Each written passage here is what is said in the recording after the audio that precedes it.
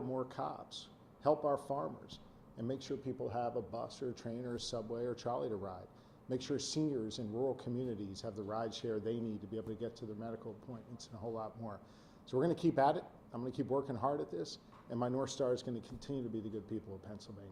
And with that, I'm happy to answer a few questions. What specifically made you feel that this is being politicized? I know a lot of Republicans have been making a lot of comments over the weekend. I know there was an endorsement of the governor candidate on their side. Look, I'm a big boy.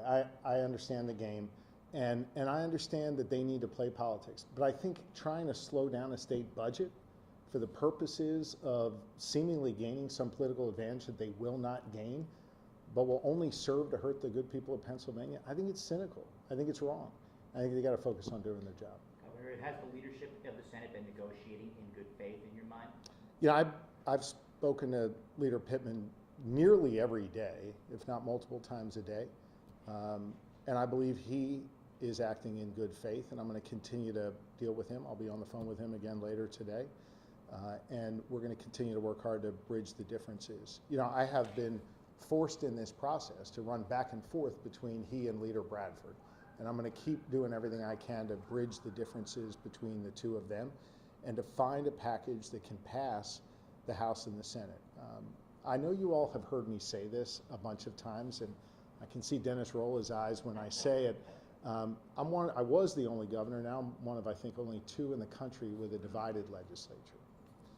And I say that as both a point of fact and a reality of the situation that we find ourselves in, that there are real differences between the parties, and there are real tugs on the parties in different directions. And it is hard to legislate when you have a divided legislature.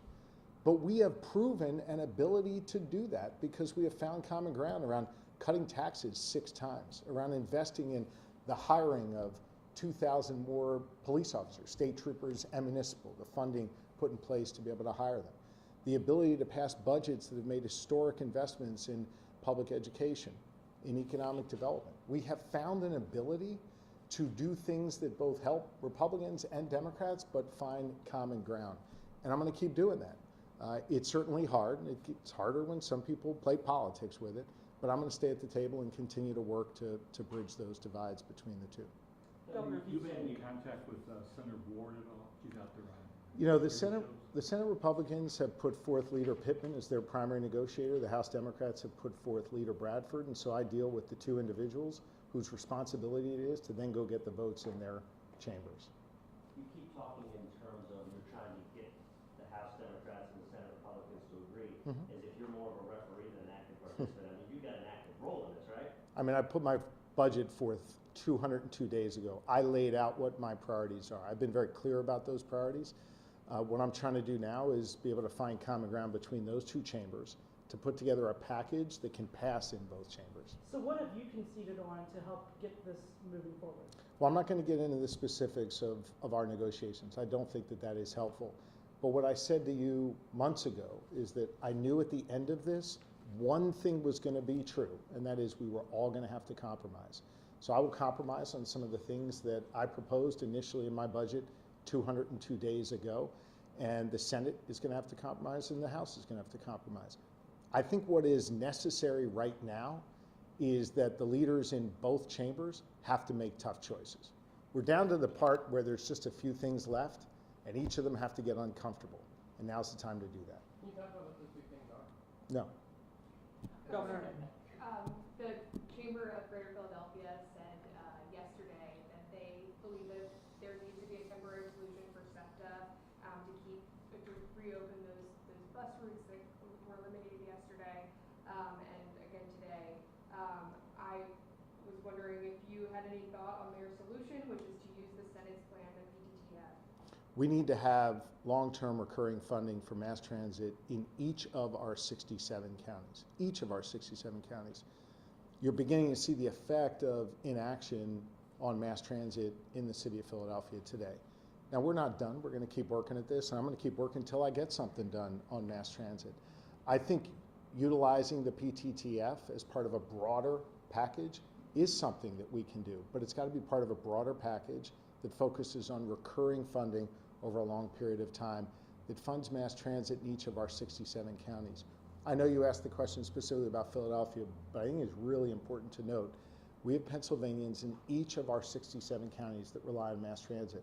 Sometimes in our rural communities, it could be a ride share for a senior citizen to be able to get to a medical appointment. Sometimes it's in one of our urban settings, say in Pittsburgh with PRT, and sometimes it's in the city of Philadelphia with SEPTA or the region with SEPTA. It is important that we have a healthy, vibrant mass transit system in each of our 67 counties. Governor, does the state have a structural deficit, and is that what's kind of really becoming an issue between yourself? I mean, we are sitting on billions of dollars in reserves. I think it's about $8 billion in reserves at a time where our neighbors faced deficits and had to make significant cuts. Remember, in this budget, I'm not talking about raising taxes. In fact, I want to cut taxes.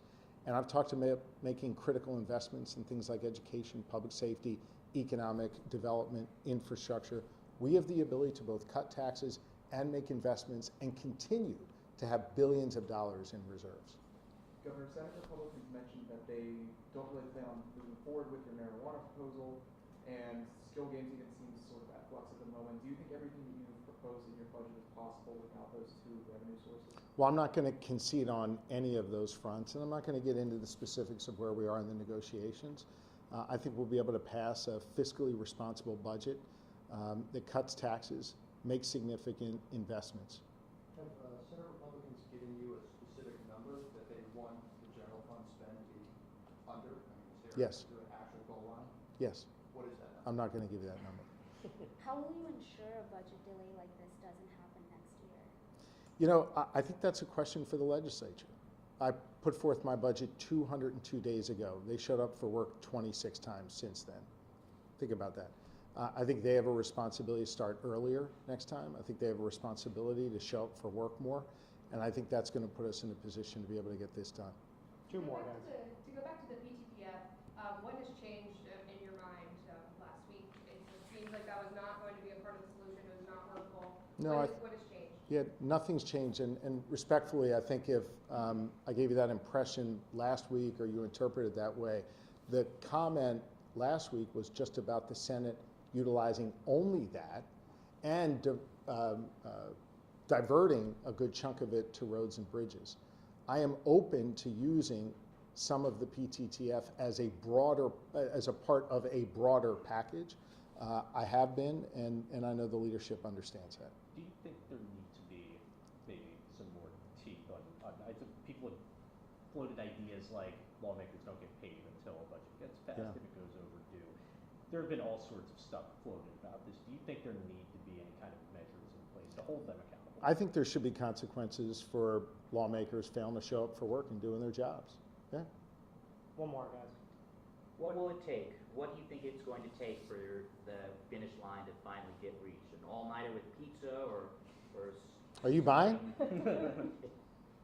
It's going to take this, staying at the table, being committed to an outcome that invests in education and mass transit, economic development, public safety, cutting taxes, doing so in a way that is fiscally responsible. I'm going to stay at the table. I'm going to keep working at this.